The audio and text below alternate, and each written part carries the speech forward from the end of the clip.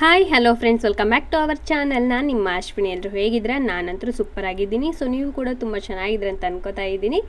ಇವತ್ತಿನ ಒಂದು video Sunday ನಾವು ಏನೇನೆಲ್ಲ ಮಾಡಿದ್ವಿ ಮನೇಲಿ ಅನ್ನೋದನ್ನ ಸ್ವಲ್ಪದಾಗಿ ಅಂದರೆ ಚಿಕ್ಕದಾಗಿ ನಾನು ತೋರಿಸ್ತಾ ಇದ್ದೀನಿ.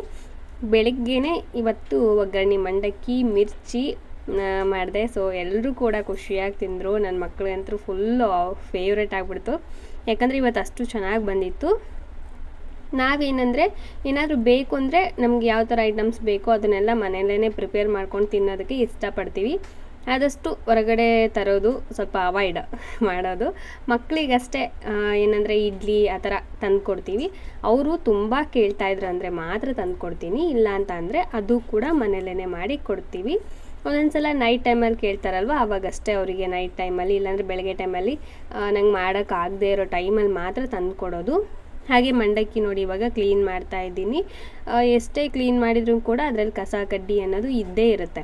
ಹಾಗಾಗಿ ಒಂದು ಸಲ ಮತ್ತೆ ನೀಟಾಗಿ ಕ್ಲೀನ್ ಮಾಡಿ ಅದನ್ನು ನೀರಲ್ಲಿ ತೊಳೆದು ಮಂಡಕ್ಕಿ ಮಾಡ್ತೀನಿ. ಅಂದರೆ ಒಗ್ಗರಣೆ ಮಂಡಕ್ಕಿ ಬೇರೆ ಮತ್ತು ನರ್ಗಿಸ್ ಮಂಡಕ್ಕಿ ಬೇರೆ, ಈ ಥರ 2 ಥರ ಮಂಡಕ್ಕಿ ಮಾಡ್ತೀನಿ. ನರ್ಗಿಸ್ ಮಂಡಕ್ಕಿ ಅಂದರೆ ತೊಯಿಸದೆ ಮಾಡೋದು, ಒಗ್ಗರಣೆ ಮಂಡಕ್ಕಿ ಅಂದರೆ ಈ ಥರ ತೊಯಿಸ್ಬಿಟ್ಟು ಮಾಡೋ ಅಂಥದ್ದನ್ನ ಒಗ್ಗರಣೆ ಮಂಡಕ್ಕಿ ಅಂತ ಹೇಳಿ ಕರಿತೀವಿ.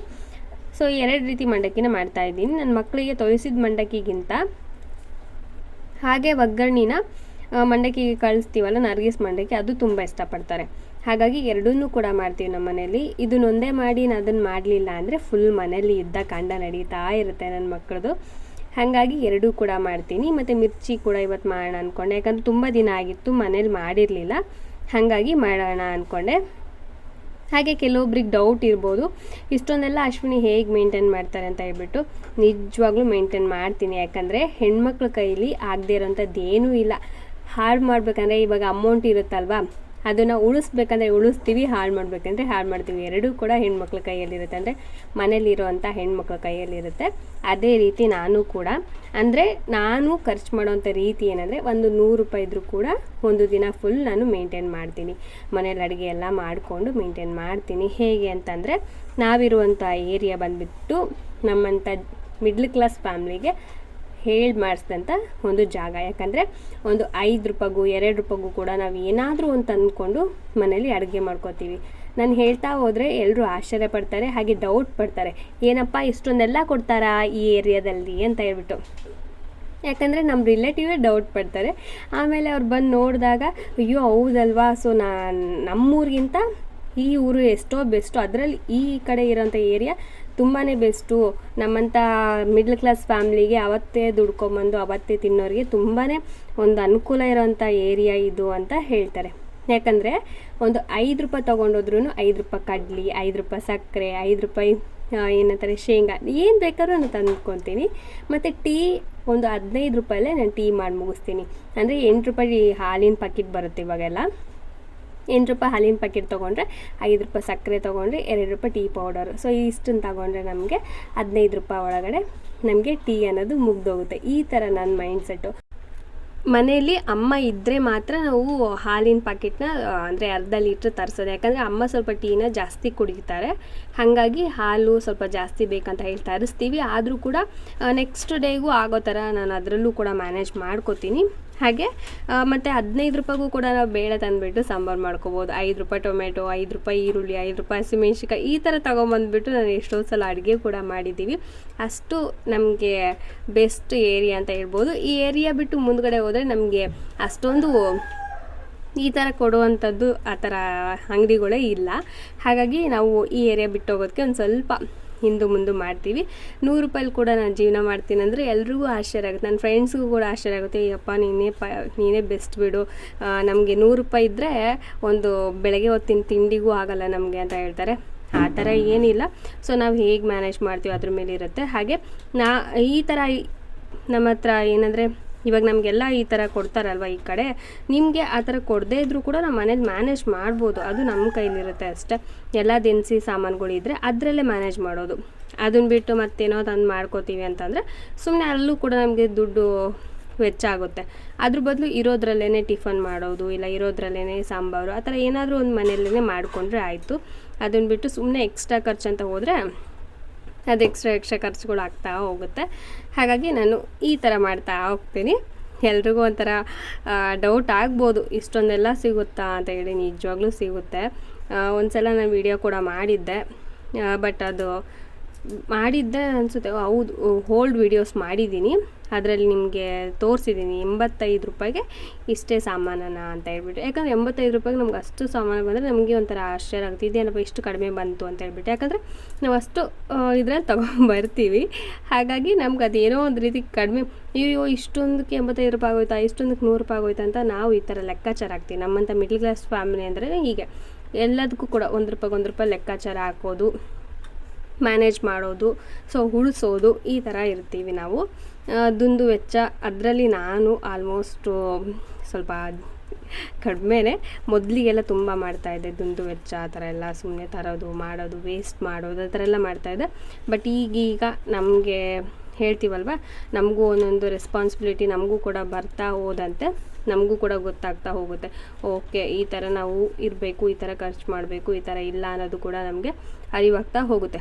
ಅದು ಯಾರು ಹೇಳ್ಕೊಡೋವಂಥದ್ದೇನಲ್ಲ, ನಮಗೆ ನಾವು ತಿಳುವಳಿಕೆ ತಂದ್ಕೋಬೇಕು, ನಮಗೆ ನಾವು ಅದನ್ನು ಅರ್ಥ ಮಾಡಿಕೊಂಡು ಜೀವನ ಮಾಡಬೇಕಷ್ಟೆ. ಅದನ್ನು ಬಿಟ್ಟು ಇನ್ನು ಯಾರೋ ಹೇಳಿದರು ನಾವು ಅವ್ರು ಹೇಳ್ದಂಗೆ ಕೇಳಬೇಕು, ಅವ್ರು ಹೇಳ್ದಂಗೆ ಮಾಡಬೇಕು, ಅವ್ರು ಯಾರೋ ಮಾಡ್ತಿದ್ದಾರೆ ಅದನ್ನು ನಾವು ಮಾಡಬೇಕು, ಆ ಥರ ಅಲ್ಲ. ಸೊ ಅದು ನಮಗೆ ಅರಿವಾಗಬೇಕು, ಈ ಥರ ಇದೆ ನಮ್ಮ ಮನೇಲಿ, ಸೊ ಈ ಥರ ಇದ್ದಾಗ ನಾವು ಯಾವ ಥರ ಇರಬೇಕು ಅನ್ನೋದು ಅಲ್ವಾ. ಸೊ ಆ ಥರ ಮೇಂಟೆನೆನ್ಸ್ ಮಾಡಿದರೆ ಎಲ್ಲರೂ ಕೂಡ ಹ್ಯಾಪಿಯಾಗಿ ಇರ್ಬೋದು. ಎಷ್ಟಿದ್ರೂ ಕೂಡ ನಾವು ಹಿಡ್ತದಿಂದ ಹಿಡ್ಕೊಂಡು ಮಾಡಿದರೆ ಎಲ್ಲ ಕಡೆಯೂ ಕೂಡ ನಾವು ಉಳಿಸ್ಬೋದು ಅಷ್ಟೇ, ಮತ್ತೇನಿಲ್ಲ. ಇವಾಗ ನೋಡಿ ಮಂಡಕ್ಕಿ ಕೂಡ ರೆಡಿ ಆಗ್ತಾ ಹೋಯಿತು. ಇದೊಂದು ನನ್ನ ಮಕ್ಳಿಗೆ ಫಸ್ಟ್ ಇದನ್ನು ಕೊಟ್ಬಿಟ್ಟೆ ಅಂದರೆ ಅವ್ರು ಫುಲ್ ಹ್ಯಾಪಿ. ಇನ್ನು ಮಿರ್ಚಿ ಕೂಡ ಮಾಡಿರಲಿಲ್ಲ, ಇಲ್ಲ ನಂಗೆ ಫಸ್ಟ್ ಇದನ್ನು ಕೊಟ್ಬಿಡು, ಆಮೇಲೆ ನೀನು ಏನಾದ್ರು ಮಿರ್ಚಿ ಮಾಡ್ಕೊ ಅಂತ ಹೇಳಿ ನನ್ನ ಮಗ ಫುಲ್ಲು ಹಂಗೆ ಅರಬಾಡಿಸ್ತಾ ಇದ್ದ.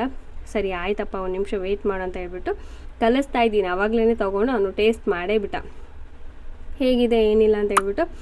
ಟೇಸ್ಟ್ ಚೆನ್ನಾಗಿದೆ ಅಂತಂದ. ಯಾಕಂದರೆ ಈ ಥರ ಮಂಡಕ್ಕಿ ಅವ್ನು ತುಂಬ ಇಷ್ಟಪಡ್ತಾನೆ. ತೋಯಿಸಿದ ಮಂಡಕ್ಕಿಗಿಂತ ಈ ಥರ ಮಂಡಕ್ಕಿ ಸ್ವಲ್ಪ ಸ್ಪೈಸಿಯಾಗಿ ಮಾಡಿದ್ದೆ ಇವತ್ತು, ಹಾಗಾಗಿ ಅದನ್ನು ತುಂಬ ಇಷ್ಟಪಡ್ತಾನೆ. ಹಾಗೆಯೇ ನಮ್ಮ ಸ್ಟೈಲಲ್ಲಿ ಇವತ್ತು ನಾನು ಮಿರ್ಚಿ ಮಾಡ್ತಾಯಿದ್ದೀನಿ. ಹೇಗಂತ ಹೇಳಿದರೆ, ಫಸ್ಟು ಕಡಲೆ ಹಿಟ್ಟನ್ನು ತೊಗೋತಾ ಇದ್ದೀನಿ. ಆ ಕಡಲೆ ಹಿಟ್ಟಿಗೆ ಒಂಚೂರು ಅರಿಶಿನ, ಉಪ್ಪು, ಹಾಗೆ ಅಜ್ವೈನ, ಸೊ ಅದನ್ನು ಹಾಕ್ಕೊಂಡ್ರೆ ಟೇಸ್ಟು ಚೆನ್ನಾಗಿರುತ್ತೆ. ಮತ್ತು ಅರಿಶಿನ ಅಂದರೆ ಒಂದು ಚಿಟಿಗೆ ಅಷ್ಟೊಂದು ಸ್ವಲ್ಪನೇ ಅರಿಶಿನ ಹಾಕ್ಕೊಂಡ್ರೆ ಸಾಕು, ತುಂಬ ಹಾಕ್ಕೊಳೋಂಥ ಅವಶ್ಯಕತೆ ಏನಿಲ್ಲ. ಜಸ್ಟ್ ಅದೊಂದು ರೀತಿ ಲುಕ್ ಕಾಣುತ್ತಲ್ಲ ಅಂತ ಹೇಳ್ಬಿಟ್ಟು ಅಷ್ಟೇ. ಬೇಕಂದರೆ ಹಾಕ್ಕೋಬೋದು, ಬೇಡ ಅಂದರೆ ಸ್ಕಿಪ್ ಮಾಡ್ಬೋದು. ಹಾಗೆ ಒಂದು ಸ್ವಲ್ಪ ಅಡುಗೆ ಸೋಡಾ, ಇದಿಷ್ಟನ್ನು ಹಾಕ್ಕೊಂಡು ನಾವು ಅದನ್ನು ಬ್ಯಾಟರ್ನ ರೆಡಿ ಮಾಡ್ಕೋಬೇಕಂದ್ರೆ ಒಂದು ಸ್ವಲ್ಪ ಫುಲ್ ತೆಳುವಾಗಿರಬಾರ್ದು, ಫುಲ್ ಗಟ್ಟಿಯಾಗಿರಬಾರ್ದು, ಮೀಡಿಯಮ್ ಆಗಿ ಹಿಟ್ಟಲ್ಲಿ ಇರಬೇಕು. ಆ ಥರ ಇದ್ದರೆ ನಮಗೆ ಮಿರ್ಚಿ ಅನ್ನೋದು ಚೆನ್ನಾಗಿ ಬರುತ್ತೆ. ಮೊದಲೆಲ್ಲ ತುಂಬ ಸಲ ಕೆಡಿಸಿದ್ದೀನಿ, ತುಂಬ ಸಲ ಹಾಳು ಮಾಡಿದ್ದೀನಿ. ಬಟ್ ಇವಾಗ ಮಾಡ್ತಾ ಎಕ್ಸ್ಪೀರಿಯೆನ್ಸ್ ಬಂದುಬಿಟ್ಟಿದೆ. ಹಾಗಾಗಿ ಕರೆಕ್ಟಾಗಿ ಇಷ್ಟಕ್ಕಿಷ್ಟೇ ಹಾಕಬೇಕು, ಈ ಥರನೇ ಇರಬೇಕು ಅಳತೆ ಅನ್ನೋದು ಒಂದು ರೀತಿ ಎಕ್ಸ್ಪೀರಿಯೆನ್ಸ್ ಆಗಿಬಿಟ್ಟಿದೆ. ಮೊದಲೆಲ್ಲ ಅಡುಗೆ ಮಾಡುತ್ತಾನೇ ಇರಲಿಲ್ಲ ಹೇಳಬೇಕಂದ್ರೆ, ಎಲ್ಲ ಕೂಡ ಅಮ್ಮನೇ ಮಾಡ್ತಾಯಿದ್ರು ಮೊದಲಿಗೆಲ್ಲ. ಇವಾಗ ಎಲ್ಲದೂ ಕೂಡ ಅಂದರೆ ಅಡುಗೆ ಇದೆಲ್ಲ ನಾನು ಮಾಡ್ಕೋತಾ ಇರೋದ್ರಿಂದ ಪ್ರತಿಯೊಂದ್ರದ್ದು ಕೂಡ ಸ್ವಲ್ಪ ಇವಾಗೆಲ್ಲ ಗೊತ್ತಾಗ್ತಾ ಇದೆ. ಇಲ್ಲ ಅಂತ ಅಂದಿದ್ರೆ ನಾವು ಅದನ್ನು ರೆಸ್ಪಾನ್ಸಿಬಿಲಿಟಿ ತೊಗೊಳ್ಳದೆ ಇದ್ದಿದ್ದರೆ ನಮಗೆ ಅದು ಅರಿವಾಗ್ತಾ ಇರಲಿಲ್ಲ ಅಲ್ವಾ. ಹಾಗೆ ಪ್ರತಿಯೊಂದು ವಿಷಯದಲ್ಲೂ ಆದರೂ ಅಷ್ಟೇ, ನಾವು ಒಂದು ರೆಸ್ಪಾನ್ಸಿಬಿಲಿಟೀಸ್ನ ಒಂದು ತೊಗೊಂಡಾಗ ಹಣದ ವಿಚಾರ ಆಗಿರ್ಬೋದು, ಮನೆ ವಿಚಾರ ಆಗಿರ್ಬೋದು, ಅಥವಾ ಅಡುಗೆ ವಿಚಾರ ಆಗಿರ್ಬೋದು, ಮಕ್ಕಳ ವಿಚಾರದಲ್ಲಾಗಿರ್ಬೋದು, ನಮಗೇನೆ ಅದು ಅರಿವಾಗುತ್ತೆ. ಯಾವ ಥರ ಇರಬೇಕು, ಯಾವ ಥರ ಮ್ಯಾನೇಜ್ ಮಾಡಬೇಕು ಅನ್ನೋದು ನಮಗೆ ಅರಿವಾಗುತ್ತೆ ಅಷ್ಟೇ, ಮತ್ತೇನಿಲ್ಲ. ಇನ್ನೊಬ್ಬರು ನೋಡಿ ಕಲಿಯುವಂಥದ್ದು ಏನಿಲ್ಲ ಅಷ್ಟೇ. ಇವಾಗ ನೋಡಿ ಎಣ್ಣೆ ಕಾದಿದೆಯೋ ಎಲ್ಲ ಅಂತ ಚೆಕ್ ಮಾಡೋದಕ್ಕೆ ಒಂದು ಸ್ವಲ್ಪನೇ ಹಿಟ್ಟನ್ನು ಹಾಕಿದೆ. ಅದು ಈ ರೀತಿ ನಮಗೆ ಹಿಟ್ಟು ಹಾಕಿದ ತಕ್ಷಣ ಈ ಥರ ಮೇಲ್ಗಡೆ ಬಂದರೆ ಎಣ್ಣೆ ಚೆನ್ನಾಗಿ ಕಾದಿದೆ ಅಂತ ಅರ್ಥ. ಇವಾಗ ಒಂದೊಂದಾಗೆ ತೊಗೊಂಡು ಮಿರ್ಚಿ ಬಿಡ್ತಾ ಇದ್ದೀನಿ. ಸ್ಟಾರ್ಟಿಂಗ್ ಬಿಟ್ಟಾಗ ಮಿರ್ಚಿ ಫುಲ್ಲು ಒಂಥರ ಹರಳ್ಕೊಂಡ್ಲೇ ಇಲ್ಲ, ಇದೇನಪ್ಪ ಹಿಂಗಾಗೋಯ್ತು ಅಂತ ಅಂದ್ಕೊಂಡೆ. ಅದಾದಮೇಲೆ ಸೆಕೆಂಡ್ ಟೈಮ್ ಬಿಟ್ಟಾಗ ನೀಟಾಗಿ ಹರಳ್ಕೊಂತು. ಮೇನ್ ಏನು ಗೊತ್ತಾ, ಮಿರ್ಚಿ ನಾವು ಮಾಡಬೇಕಾದ್ರೆ ಅದು ನಾವು ಮೆಣ್ಸಿನ್ಕಾಯಿ ತೊಗೋತೀವಲ್ವ, ಅದೊಂದು ಸ್ವಲ್ಪ ದಪ್ಪ ಇರೋಂಥ ಮೆಣ್ಸಿನ್ಕಾಯಿ ತೊಗೊಂಡ್ರೆ ನಮ್ಗೆ ಮಿರ್ಚಿ ಅನ್ನೋದು ತುಂಬ ಅಗಲವಾಗಿ ತುಂಬ ಚೆನ್ನಾಗಿ ಬರುತ್ತೆ. ನಾವು ಕಡ್ಡಿ ಮೆಣ್ಸಿನ್ಕಾಯಿ ಅಂತ ಹೇಳ್ತೀವಿ ನಮ್ಮ ಕಡೆ ಎಲ್ಲ. ಕಡ್ಡಿ ಮೆಣ್ಸಿನ್ಕಾಯಿ ತೊಗೊಂಡ್ರೆ ಅದು ಅಷ್ಟೊಂದು ಹರಳೋದಿಲ್ಲ, ಅಂದರೆ ಉಬ್ಬೋದು, ಒಂದು ರೀತಿ ಒಂದು ಸ್ವಲ್ಪ ಅಗಲ ಆಗೋದು, ಆ ಥರ ಆಗೋದಿಲ್ಲ. ಹಾಗಾಗಿ ನನಗೆ ಆ ಮಿರ್ಚಿ ಸಿಗಲಿಲ್ಲ, ಅಂದರೆ ಆ ಮೆಣ್ಸಿನ್ಕಾಯಿ ಸಿಗಲಿಲ್ಲ. ಅದಕ್ಕೋಸ್ಕರ ಯಾವುದಿದೆಯೋ ಅದರಲ್ಲೇ ಮಾಡಿಕೊಂಡೆ ಮನೇಲಿ. ಹೇಳಬೇಕಂದ್ರೆ ನಾನು ಟಿಫನಿಗೆ ತಂದಿರೋದು ಜಸ್ಟ್ ಒಂದು 10 ರೂಪಾಯಿ ಮೆಣಸಿಕಾಯಿ, ಅದರಲ್ಲೇ 10 ರೂಪಾಯಿ ಮೆಣಸಿಕಾಯಲ್ಲೇ ಈ ಕಡೆ ಮಿರ್ಚಿ ಹಾಕ್ತಾಯಿದ್ದೀನಿ. ಹಾಗೆ ಟಿಫನ್ಗೂ ಕೂಡ ಕಟ್ ಮಾಡಿ ಒಗ್ಗರಣೆ ಮಾಡಿ ಮಂಡಕ್ಕಿ ಎಲ್ಲ ಮಾಡಿ ರೆಡಿ ಮಾಡಿ ಇಕ್ಕಿದ್ದೀನಿ. ಹಾಗೆ ಇನ್ನೂ ಸ್ವಲ್ಪ ಮೆಣಸಿಕಾಯಿ ಉಳಿದಿದೆ. ಈ ಥರ ನೋಡಿ ನಮ್ಮದು ನಾವು. ಹಾಗಾಗಿ ಹೇಗಿದ್ದರೂ ಕೂಡ ನಾವು ಒಂದು 100 ರೂಪೀಸ್ ಇದ್ದರೂ ಕೂಡ ಒನ್ ಡೇ ಫುಲ್ ಮೇಂಟೈನ್ ಮಾಡ್ತೀನಿ ಅಂದಿದ್ದೆ. ಈ ಕಾರಣಕ್ಕೆ ಚಿಕ್ಕ ಪುಟ್ಟದಾಗೂ ಕೂಡ ನಾನು ತೊಗೊಂಡು ಮಾಡ್ಕೋಬೋದು. ಇವಾಗ ನೋಡಿ ಸೆಕೆಂಡ್ ಟೈಮ್ ಹಾಕಿದ್ನಲ್ಲ ಮಿರ್ಚಿ, ಅದು ಯಾವ ಥರ ಚೆನ್ನಾಗಿ ಬರ್ತಾಯಿದೆ, ಅರಳ್ಕೋತಾ ಇದೆ ಅಂತ ಹೇಳ್ಬಿಟ್ಟು ಫುಲ್ ಅಗಲ ಆಗ್ತಾಯಿದೆ ನೋಡಿ. ಈ ಥರ ಆದರೆ ನಮಗೆ ಮಿರ್ಚಿ ನೋಡೋದಕ್ಕೂ ಕೂಡ ಚೆನ್ನಾಗಂತ ಅನಿಸುತ್ತೆ, ಟೇಸ್ಟ್ ಕೂಡ ಸೂಪರಾಗಿರುತ್ತೆ. ನನಗೆ ತುಂಬ ಇಷ್ಟ ಈ ಥರ ಆಗೋದು. ಮತ್ತು ಮಿರ್ಚಿಗಿಂತ ನಮ್ಮ ಮಗಳಿಗೆ ಆಲೂಗಡ್ಡೆ ಬೋಂಡ ಮತ್ತು ಸೌತೆಕಾಯಿ ಬೋಂಡ ಅಂದರೆ ತುಂಬ ಇಷ್ಟ. ಇವತ್ತು ಮನೇಲಿ ಆಲೂಗಡ್ಡೆನೂ ಇರಲಿಲ್ಲ, ಸೌತೆಕಾಯಿಯೂ ಇರಲಿಲ್ಲ. ಹಾಗಾಗಿ ಮಿರ್ಚಿನೇ ತೊಗೊಂಬಂದಿದ್ನಲ್ಲ, ಸೊ ಮಿರ್ಚಿ ಇತ್ತು ಅಂತ ಹೇಳ್ಬಿಟ್ಟು ಮಿರ್ಚಿ ಮಾಡಿದೆ. ಮತ್ತು ಮನೇಲಿ ಈರುಳ್ಳಿ ಸಹ ಇರಲಿಲ್ಲ, ಹೇಳ್ಬೇಕಂದ್ರೆ ಎಲ್ಲದೂ ಕೂಡ ಖಾಲಿಯಾಗಿಬಿಟ್ಟಿದೆ. ಈರುಳ್ಳಿ ಜಸ್ಟ್ ಒಂದು 2 ಇತ್ತು, ಅದರಲ್ಲಿ ಒಂದು ಈರುಳ್ಳಿನ ಹೆಚ್ಚಾಕ್ಬಿಟ್ಟು ಒಗ್ಗರಣೆ ಮಾಡಿಕೊಂಡು ಇನ್ನೊಂದು ಈರುಳ್ಳಿನ ಸಾಂಬಾರು ಮಾಡೋದಕ್ಕಂತ ಹೇಳ್ಬಿಟ್ಟು ಎತ್ತಿಕ್ಕಿದ್ದೀನಿ. ಇವತ್ತು ತರಿಸ್ಬೇಕು, ಇಲ್ಲಾಂದರೆ ನಾನು ಅಂಗಡಿಗೆ ಏನಾದ್ರು ಹೋಗಿದ್ರೆ ಒಂದು 5 ರೂಪಾಯಿದು ಈ ಥರ ತೊಗೊಂಬಂದ್ಬಿಟ್ಟು ಮಾಡ್ಕೋತಾ ಇದ್ದೆ. ಸೊ ಇವತ್ತು ಹೋಗಿದ್ದೆ, ಬಟ್ 2 ಇತ್ತಲ್ಲ, ಅದರಲ್ಲೇ ಮಾಡಿದರೆ ಬಿಡು ಅಂತ ಹೇಳ್ಬಿಟ್ಟು ಸುಮ್ಮನೆ ಬಂದೆ. ಹಾಗೆ ಇವಾಗ ಮಿರ್ಚಿ ಕೂಡ ರೆಡಿ ಆಯಿತು. ಇದನ್ನು ಪ್ಲೇಟಿಗೆ ಹಾಕ್ಕೊಂಡ್ಬಿಟ್ರೆ ಮುಗೀತು. ಬಿಸಿ ಬಿಸಿ ಮಂಡಕ್ಕಿ ಜೊತೆ ಬಿಸಿ ಬಿಸಿ ಮಿರ್ಚಿ ಕೂಡ ರೆಡಿ. ನೋಡ್ತಾ ಇದ್ರೇ ಬಾಯಲ್ಲಿ ನೀರು ಬರ್ತಾಯಿದೆ, ಹೌದಾ? ಸೊ ಹೌದು ಅನ್ನೋ ಆಗಿದ್ರೆ ಕಾಮೆಂಟ್ ಮಾಡಿ ತಿಳಿಸಿ. ಹಾಗೆ ವಿಡಿಯೋ ಇಷ್ಟ ಆದರೆ ಲೈಕ್ ಮಾಡಿ, ಓಕೆನಾ? ಹಾಗೆ ನಿಮ್ಗೆ ಏನು ಅನಿಸ್ತಂತನೂ ಕೂಡ ನಿಮ್ಮ ಅನಿಸಿಕೆ, ಅಭಿಪ್ರಾಯ ಎಲ್ಲದನ್ನು ಕೂಡ ಕಾಮೆಂಟ್ ಮಾಡಿ ತಿಳಿಸಿ. ಆದಷ್ಟು ಎಲ್ರಿಗೂ ಕೂಡ ರಿಪ್ಲೈ ಮಾಡ್ತೀನಿ. ಯಾರಿಗಾದರೂ ರಿಪ್ಲೈ ಮಾಡೋದು ಸ್ವಲ್ಪ ಲೇಟ್ ಆಗಿದ್ರೆ ಕ್ಷಮಿಸ್ಬಿಡಿ, ಓಕೆನಾ? ಇವಾಗ ಮಿರ್ಚಿ ನೋಡ್ತಾ ಇದ್ರಲ್ಲ ಎಷ್ಟು ಚೆನ್ನಾಗಾಗಿದೆ. ಸೊ ನೀವು ಕೂಡ ಇದೇ ರೀತಿ ಟ್ರೈ ಮಾಡಿ, ತುಂಬಾ ಚೆನ್ನಾಗಿರುತ್ತೆ. ಮಂಡಕ್ಕಿ ರೆಸಿಪಿನ ಅಷ್ಟೊಂದೇನು ತೋರಿಸಿಲ್ಲ. ಏನಂದರೆ ಒಗ್ಗರಣೆ ಮಾಡಬೇಕಾದ್ರೆ ಒಂದು ಸ್ವಲ್ಪ ಹುಣಸೆ ಹುಳಿ ಬಿಟ್ಟರೆ ಒಗ್ಗರಣೆ ಚೆನ್ನಾಗಿರುತ್ತೆ. ಒಂದು ಸಲ ಟ್ರೈ ಮಾಡಿ ನೋಡಿ. ಬರೀ ಟೊಮೆಟೊ ಮಾಡೋದಕ್ಕಿಂತ ಬರೀ ಒಬ್ಬೊಬ್ಬರು ನಿಂಬೆಹಣ್ಣು ಹಿಂಡಿ ಮಾಡ್ತಾರೆ, ಅದ್ರ ಬದಲು ಈ ಥರ ಹುಣಸೆ ಹಣ್ಣಿನ ಹುಳಿನ ಬಿಟ್ಟು ಮಾಡಿದರೆ ಒಗ್ಗರಣೆ ಮಂಡಕ್ಕಿ ಅನ್ನೋದು ಟೇಸ್ಟು ಸೂಪರಾಗಿರುತ್ತೆ. ಈ ರೆಸಿಪಿ ಬಂದುಬಿಟ್ಟು ನಮ್ಮ ಅತ್ತೆ ಮನೇಲಿ ಮಾಡುವಂಥ ರೆಸಿಪಿ, ಇದು ಕೊಟ್ಟೂರು ಸೈಡ್ ಮಾಡುವಂಥ ರೆಸಿಪಿ. ಅವರೆಲ್ಲ ಒಗ್ಗರಣೆಗೆ ಹುಣಸೆ ಹಣ್ಣನ್ನು ಹಿಂಡ್ಬಿಟ್ಟು ಮಾಡ್ತಾರೆ. ಹಾಗಾಗಿ ನೋಡೋಣ ಅಂತ ಹೇಳ್ಬಿಟ್ಟು ಟ್ರೈ ಮಾಡಿದೆ, ಸೂಪರಾಗಿ ಬಂತು. ಸೊ ನೀವು ಕೂಡ ಟ್ರೈ ಮಾಡಿ ನೋಡಿ. ಲಾಸ್ಟಲ್ಲಿ ಇಟ್ಟು ಮಿಕ್ಕಿತ್ತು ಅಂತ ಹೇಳ್ಬಿಟ್ಟು ಈ ಥರ ರೌಂಡ್ ಶೇಪಲ್ಲಿ ಹಾಕ್ತೆ, ಚೆನ್ನಾಗಿ ಬಂದಿದೆ. ಅದು ಕೂಡ ಒಂದು ರೀತಿ ನನ್ನ ಮಗನಿಗೆ ತುಂಬ ಇಷ್ಟ, ಈ ಥರ ಮಿರ್ಚಿಗಿಂತ ರೌಂಡಕ್ಕೆ ಈ ಥರ ಹಾಕೋದು. ಹಾಗಾಗಿ ಅದನ್ನು ಕೂಡ ಮಾಡಿದೆ. ಹಾಗೆ ಇವತ್ತೇನು ಅಶ್ವಿನಿ ಇಷ್ಟೊಂದೆಲ್ಲ ಮಾತಾಡ್ತಾ ಇದ್ದಾರಲ್ಲ, ಇಷ್ಟೊಂದೆಲ್ಲ ಹೇಳ್ತಿದ್ದಾರಲ್ಲ ಅಂತ ಅನ್ಕೋಬೇಡಿ. ಏನಂದರೆ ಒಂದಷ್ಟು ಕಾಮೆಂಟ್ಸ್ಗಳೆಲ್ಲ ಬರ್ತಾ ಇದ್ವು, ನೀವು ಹೇಗೆ ಮ್ಯಾನೇಜ್ ಮಾಡ್ತೀರಾ ಆ ಥರ ಹಾಗೆ ಹೇಗೆ ಅಂತ ಎಲ್ಲ ಕಾಮೆಂಟ್ ಮಾಡ್ತಾಯಿದ್ರು. ಏನಂದರೆ ಬ್ಯಾಡ್ ಕಾಮೆಂಟ್ ಏನಲ್ಲ, ಒಳ್ಳೆ ಗುಡ್ ಕಾಮೆಂಟ್. ಅಂದರೆ ಯಾವ ಥರ ಮೇಂಟೈನ್ ಮಾಡ್ತೀರಾ ನೀವು ಅಂತ ಕೇಳ್ತಾಯಿದ್ರು. ಹಾಗಾಗಿ ಅದನ್ನು ರಿಪ್ಲೈ ಮಾಡಿದೆ.